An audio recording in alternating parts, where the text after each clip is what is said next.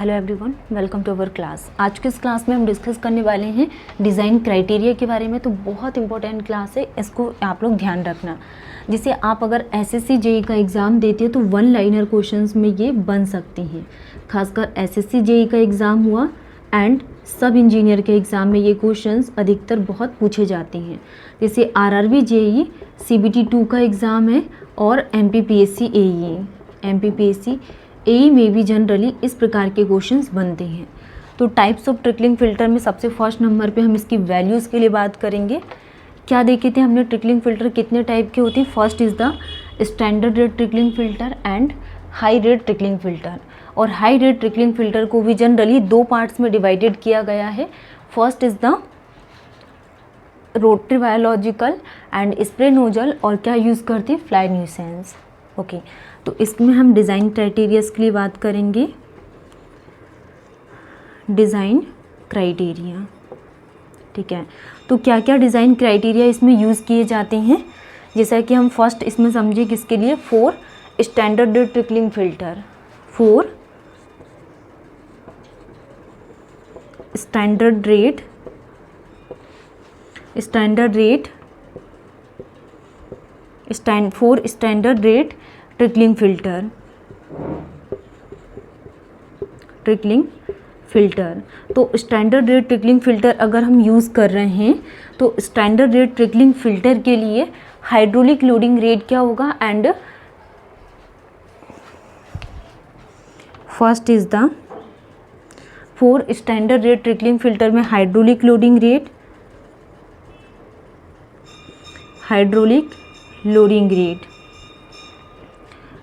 Rate, ठीक है। जैसा कि अभी हम ट्रिकलिंग फ़िल्टर की क्या समझ रहे हैं, थ्योरीज। अभी तक हमने क्या समझा कि ट्रिकलिंग फ़िल्टर किस पे वर्क करता है, attached growth mechanisms and decomposition process पे ये वर्क करता है। वैसे ही हमने इसके कुछ फैक्टर्स अफेक्टिंग पैरामीटर्स के लिए बात की है, एंड देन उसके बाद हमने इसके टाइप्स के बारे में समझे कि ट्रिकलिंग फ़िल्टर प्रोसेस का हम यूज़ कर रहे हैं तो कितने टाइप से इसको यूज़ कर सकते हैं। ओके, नेक्स्ट हमने क्या बात की यहाँ पे कि क्या क्या डिज़ाइन क्राइटेरिया यूज़ करते हैं। जैसे अभी हमने डिटेल्स में क्या पढ़ा, standard rate trickling filter.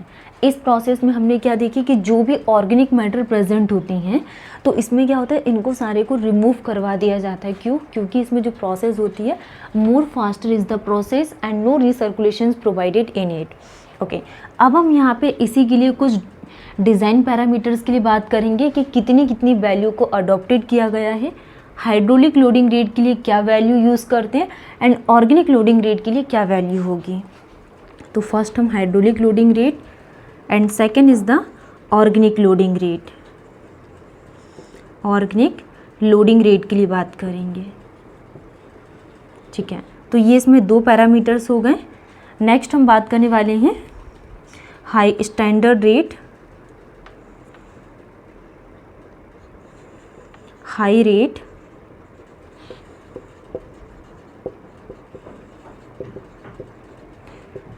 Rate trickling filter के लिए। तो हाई रेट ट्रिकलिंग फ़िल्टर में क्या आ जाएगा,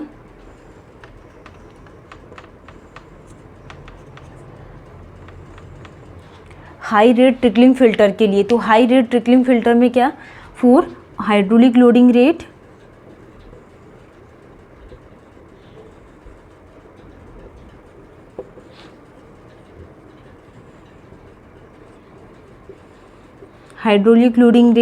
and B is the organic loading rate।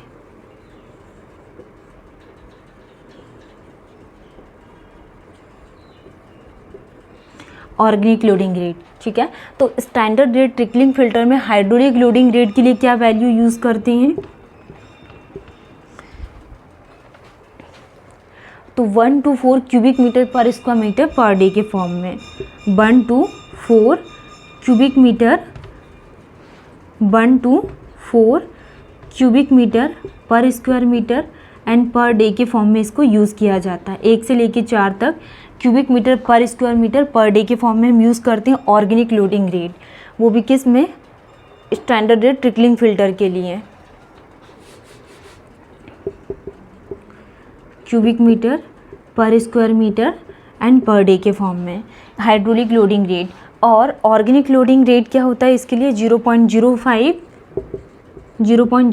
To 32 kg per cubic metre per day के फॉर्म में, kg per cubic metre per day के फॉर्म में यूज़ करते हैं। And high rate trickling filter में हाइड्रोलिक लोडिंग रेट कितना use किया जाता है, 10 से 40 cubic metre per square metre per day के फॉर्म में यूज़ करते हैं। एंड ऑर्गेनिक लोडिंग रेट क्या होता है इसके लिए,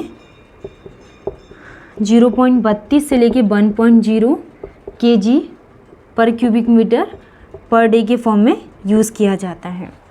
ओके तो हमने क्या देखा यहाँ डिज़ाइन क्राइटेरिया में, स्टैंडर्ड रेट ट्रिकलिंग फिल्टर के लिए HLR कितना होता है, 1 to 4 cubic metre per square metre per day के फॉर्म में।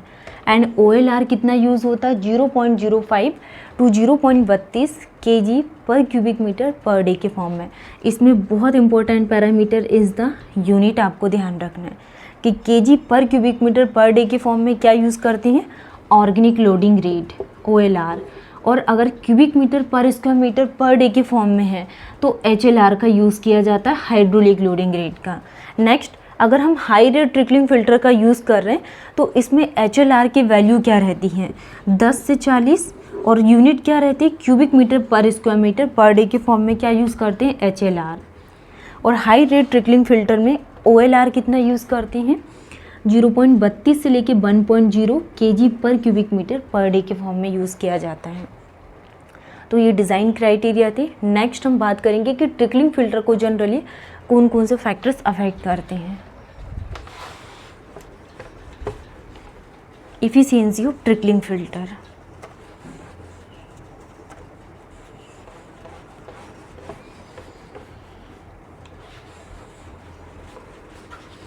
नेक्स्ट हम बात करने वाले हैं इफिशियंसी ऑफ ट्रिकलिंग फिल्टर के लिए।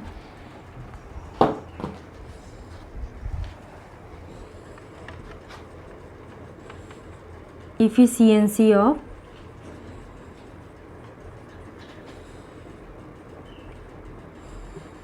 ट्रिकलिंग फिल्टर,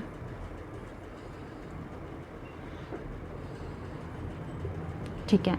तो इफ़िशियंसी ऑफ ट्रिकलिंग फिल्टर के लिए अगर हम बात करें तो होती क्या है, तो इसमें इफ़िशियंसी को डिनोट किया जाता है किससे, ईटा से। And BOD removal divided by influent BOD into 100, ठीक है।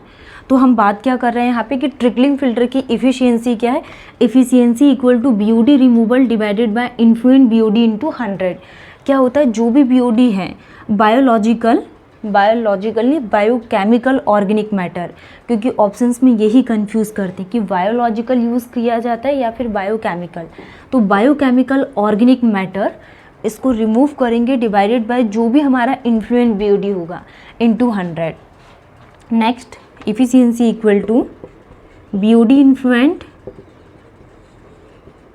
Influential minus BOD effluent,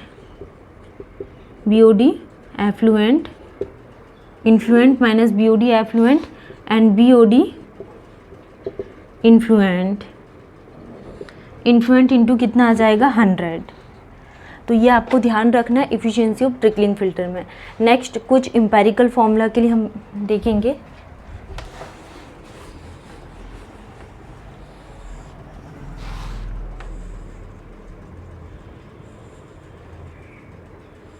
empirically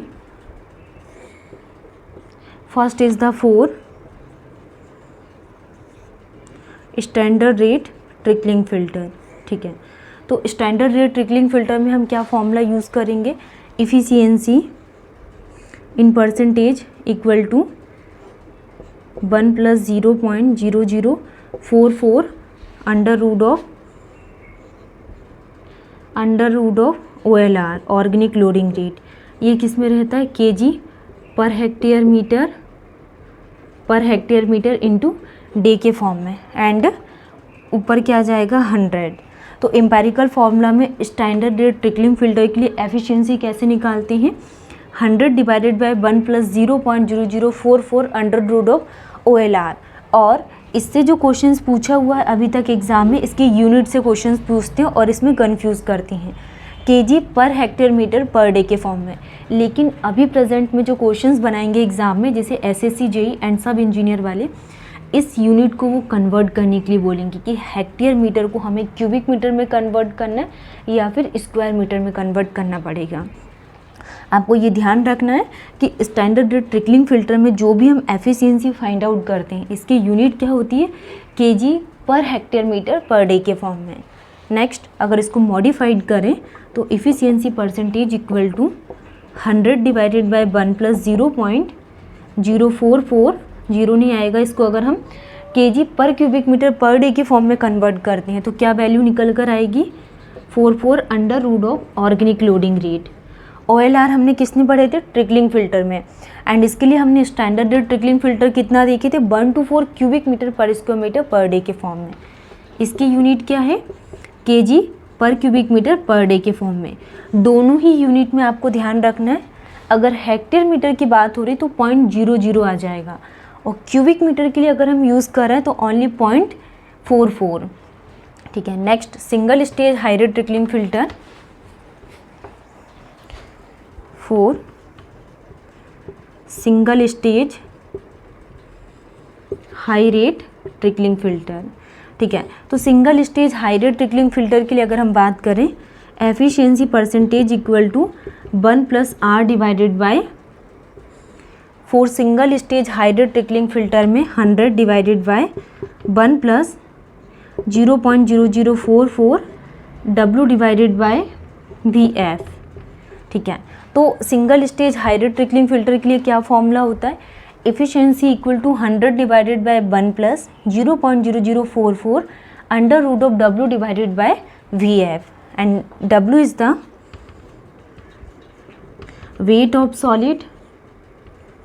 weight of solids entering in trickling filter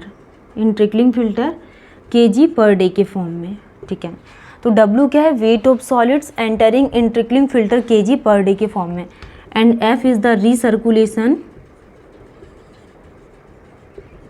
recirculation factor.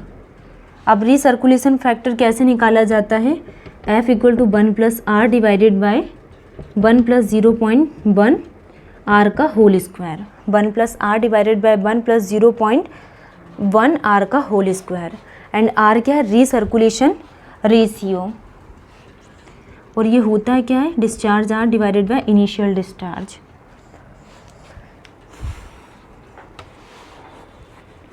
अगर हम इसी के लिए स्टैंडर्ड रेट ट्रिकलिंग फिल्टर के लिए बात करें तो R इक्वल टू क्या होगा, 0, and high rate trickling filter में R इक्वल टू कितना होगा, 0.523।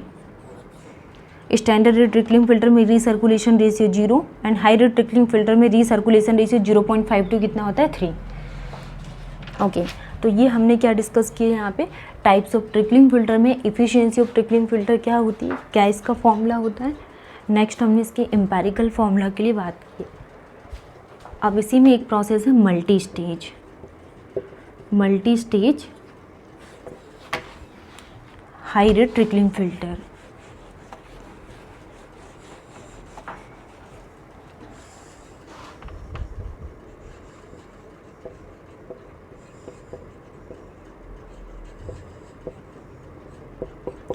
तो multi stage high rate trickling filter के लिए क्या फॉर्मूला यूज़ करते हैं, efficiency of overall equal to efficiency of first plus 1 minus efficiency of first and efficiency of second. ठीक है, तो आज के इस क्लास में हमने क्या समझा कि ट्रिकलिंग फिल्टर की क्या डेफिनेशंस होती है, एंड इसके लिए हम जनरली क्या क्या डिज़ाइन पैरामीटर्स का यूज़ करते हैं। तो मोस्ट इम्पोर्टेंट इसमें वैल्यूज़ थी जो आपको ध्यान रखना है। नेक्स्ट क्लास में हम ऑक्सीडेशन पॉइंट के लिए बात करेंगे, एंड और भी जैसे सेप्टिक टैंक है, इमहॉप टैंक का कैसे यूज़ करते हैं, एंड ये कौन कौन सी प्रोसेस पे वर्क करती हैं। Thank you.